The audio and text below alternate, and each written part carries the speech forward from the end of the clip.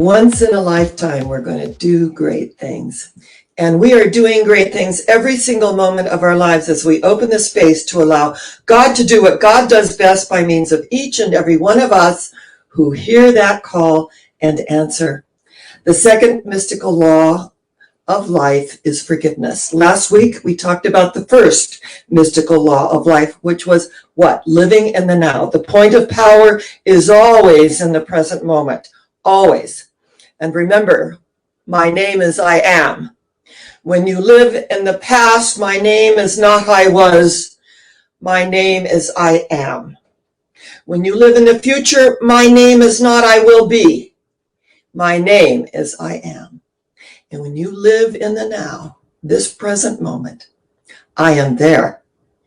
My name is I am. And through this I am presence, we move right into the second mystical law of life, which is forgiveness. Now, when one of Jesus' apostles asked, how many times do we forgive? 7? And what did Jesus answer? No, forgive them 7 times 70. In other words, forgiveness is always a gift to ourselves. And when we look outside ourselves and we assign blame to people, and it's not to say that we're not subject to the human condition, and that if we keep doing what we're doing, what is that? Insanity, expecting a different result. So forgiveness, the gift to ourselves, and the recognition that whatever is going on outside of us, whatever energy that looks like it's projected onto us, the truth is, it's only the life and the energy that we give it. So I loved in The Wizard of Oz where Glinda and Dorothy turned away from the witch and just didn't give her any energy, and she flew away. So if we don't give the outer energy, it disappears in the natural process of life itself. It is only the life and the energy that we give it. And I have been counseling for 50 years, and I have heard some incredible stories of hurt and pain and suffering. But what I know is that when we forgive, when we let go and let God do what God does best by means of each and every one of us, that energy empowers us. We are imbued, our hearts open to compassion for the human condition.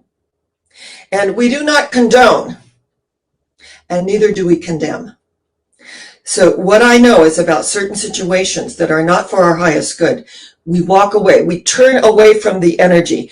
Jesus, who became the Christ, said, agree with thine adversary quickly. Turn the other cheek. Turn away from the negativity, the upset, the judgment, the outer, to the truth of our being.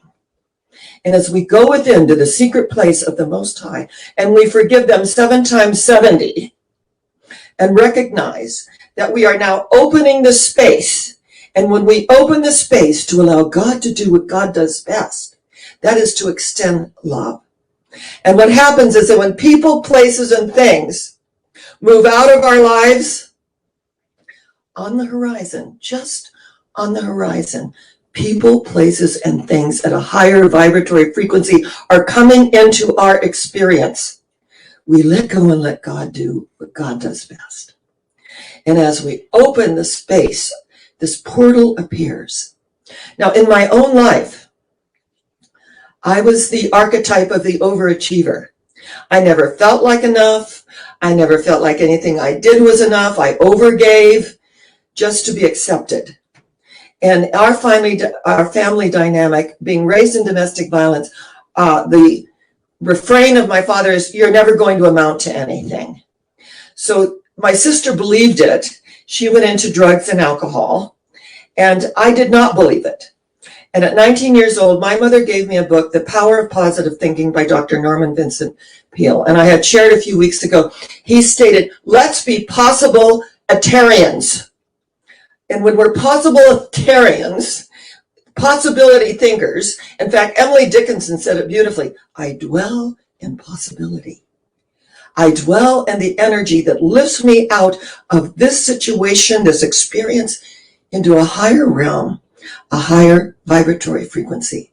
So I felt that if I was the overachiever and I would go so far, do so much that my father could never touch me, and he could not say, well, you're not going to amount to anything. When I started college, I was not given any kind of support and was working and going to school.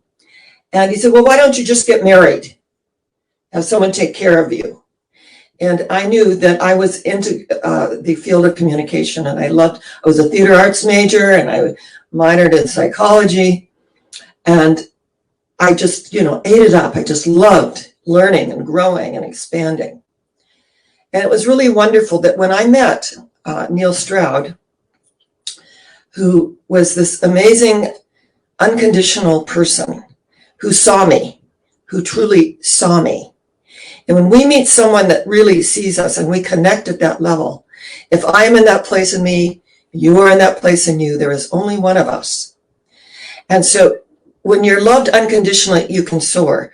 So we both worked, we went to school. I then was teaching self-image psychology at the university level, and then started taking science of mind classes. And in my second year, I discovered I was with child. My minister was going to charge me for 2, and just went right on. And then finally, there was nothing to take. Any class, I'd taken them all. There was only the school of ministry, and my husband said, you know what, you're a natural. Even if you do nothing with it, it will expand your consciousness and open you up. I think it's wonderful. You should go for it. So I did. And when our child was 3 days old, Neil was diagnosed with stage 4 cancer, and went in immediately after 1 week. And my husband was a very soft-spoken 6'4" man who loved children. He taught 5th grade English as a second language. And in the summer, he had his broker's license, as he said, to support his teaching hobby. And he loved the kids. And at that time, Jack Canfield had written a book called 101 Ways to Teach Self-Esteem in the Classroom. And Jack was a teacher. And very, not heard of, not really in public life. And so Neil took that book, 101 Ways to Teach Self-Esteem in the Classroom, and began putting those in place. So he had the kids collecting tin cans and taking them to the recycler. And these kids in the Pacoima area, he then took them to Magic Mountain. They paid their own way through their own effort. They put action with intention. They put the works with the faith, and felt so good about themselves. And when he passed away, he had 5 really good years. And isn't it interesting? The doctor said, well, this always recurs. He's in remission now, which is miraculous to be in stage 4. He's in remission, but in 5 years, it always reoccurs. And in 5 years, it reoccurred. And we had 2 years of a lot of suffering. And in those days, the chemotherapy was pretty heavy. And so when he passed away, over 500 of his students showed up and said, Mr. Stroud changed my life. And I would be in a gang. I would, go the way of other, kids and peers. But because of Mr. Stroud, I'm a college graduate. Now, energetically, that experience for me allowed me this overachiever archetype that I went into. And what happens is when we hold on to childhood hurts and wounds, that the time to release it is when we step into wholeness. And even though I was taking science of mind classes and I was in practitioner training and ministerial training, that was still underneath the surface. And that whole self-esteem issue, I'm not enough, whatever I do, it's not enough, I've got to overgive, all of that. And so I was very estranged from my father for several years. And my sister had taken her own life. So there was a lot of energetics involved in this. And one Father's Day, I had 3,000 people in my San Diego congregation. We had 3 services, 1,000 people coming to every service. The third service, I looked out and I thought I saw my father. Now, remember, 1,000 people in the audience. In the very last row, I have very good eyesight then. I bless my eyes every day. And I thought I saw my father. So we went from the announcements to, a couple of things we did, and I was thrown. I was totally thrown. And I went right into my presentation. We didn't do the vocal soloist. We didn't do our announcement. We did.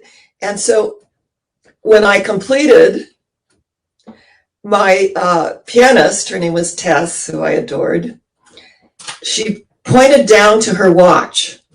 She went like this. And I looked up at the clock. I had 35 minutes to go. And I said, oh my gosh, what happened? I've got 35 minutes to go. I said, well, the truth is, I was thrown. I looked out in the very last row, and I thought I saw my father on this Father's Day.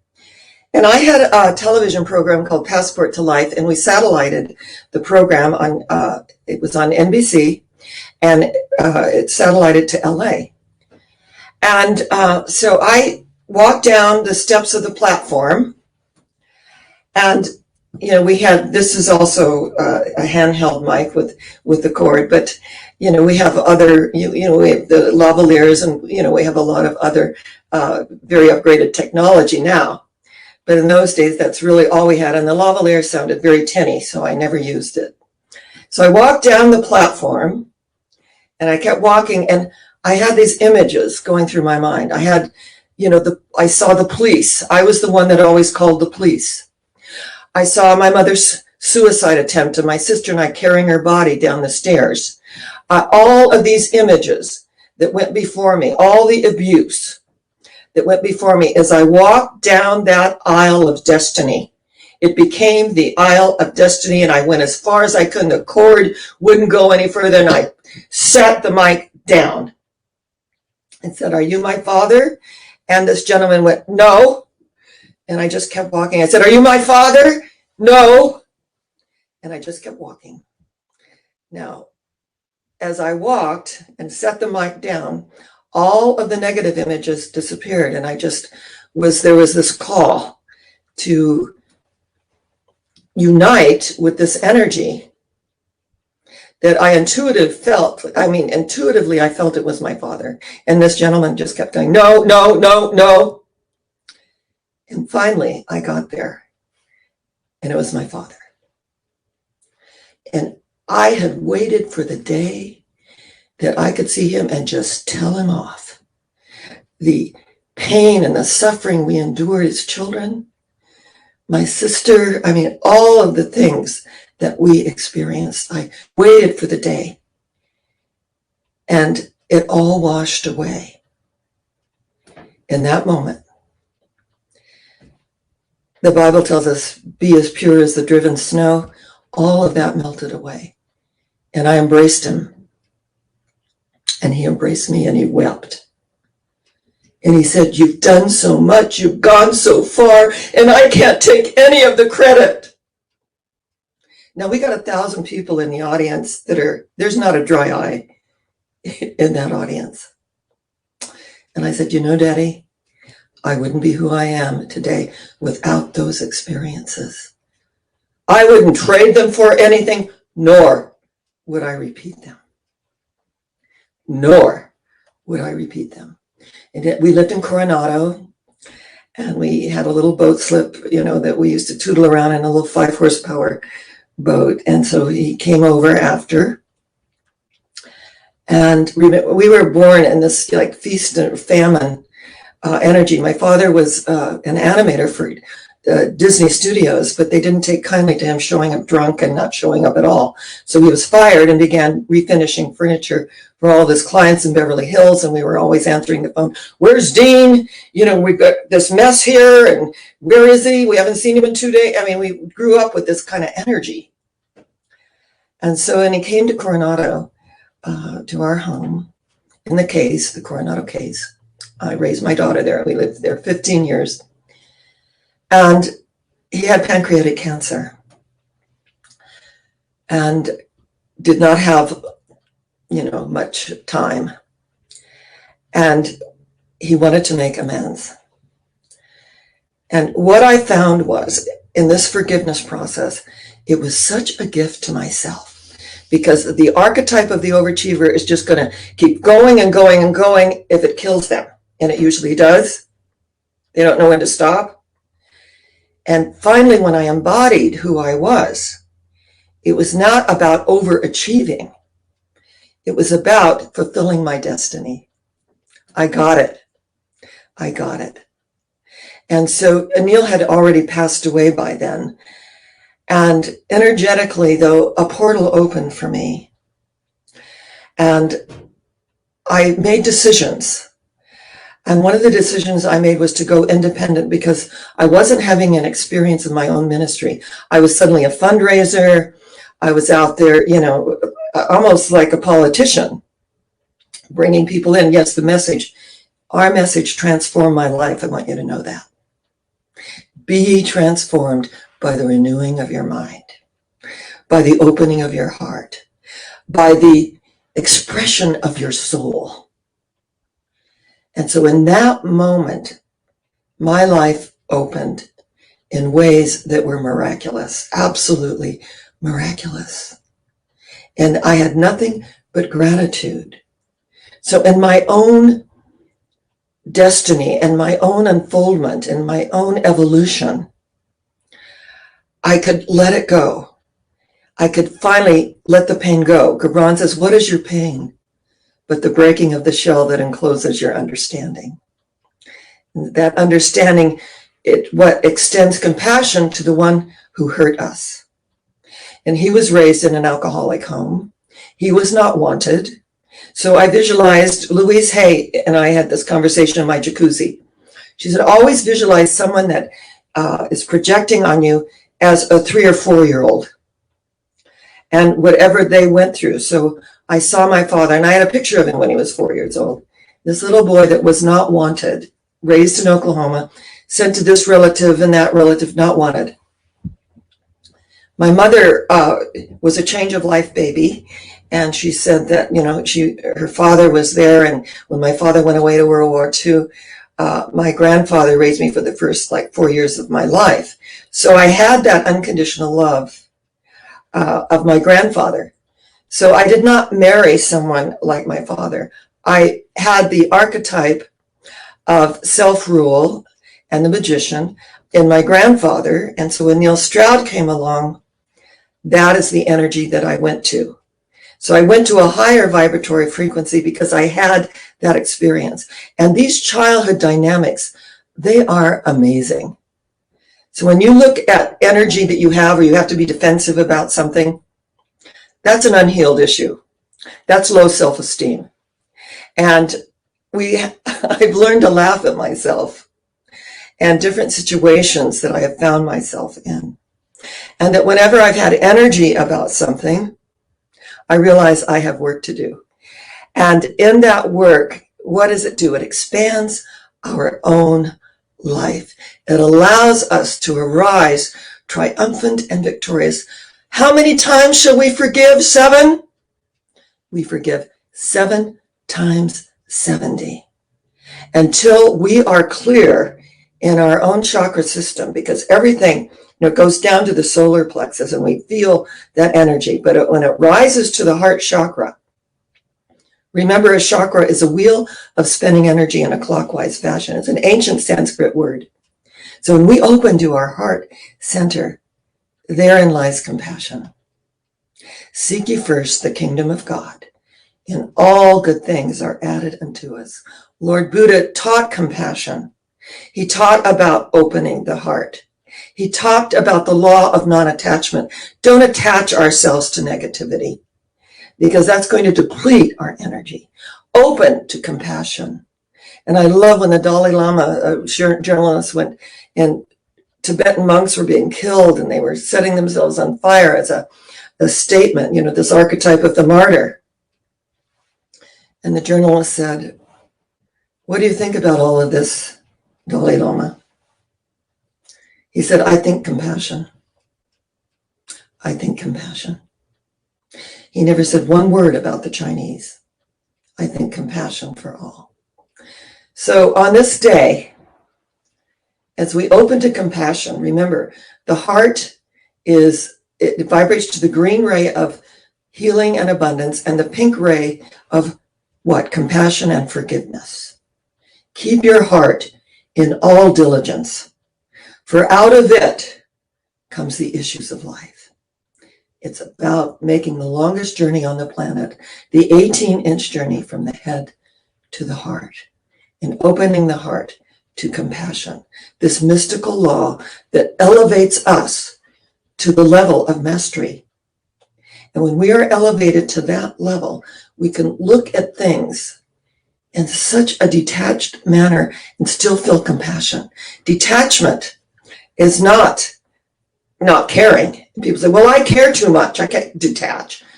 It's detaching from the negative emotion and going into the heart center and feeling love and compassion for ourselves first. For ourselves first, because everything flows from our own consciousness, doesn't it? How many times shall I forgive? 7? Forgive them 7 times 70. And we don't have to keep doing what we're doing and expecting a different result. We make shifts and changes, and we align ourselves with a higher vibratory frequency. And when we do that, that one goes before us and prepares the way with ease and grace and light. So, in my own experience, the forgiveness, this childhood wound, opened me up to understanding, to compassion, and to love. And that made all the difference. So on this Lion's Gate, this new moon, let us align that we're all going somewhere. And where is it? Higher yet. Where is it? Higher yet. Where is it? Higher yet. Because we are in a high place and we will not come down. None of these outer things move us. We are in a high place and we will not come down. And so it is. I say namaste. The God in me salutes the God in you, and the God in you salutes the God in me. And if I am in that place in me and you are in that place in you, there is only one of us. Namaste. And I say shalom, the peace that passes all understanding. And God bless us, every single one. And so it is. It's been a joy to be with you this morning.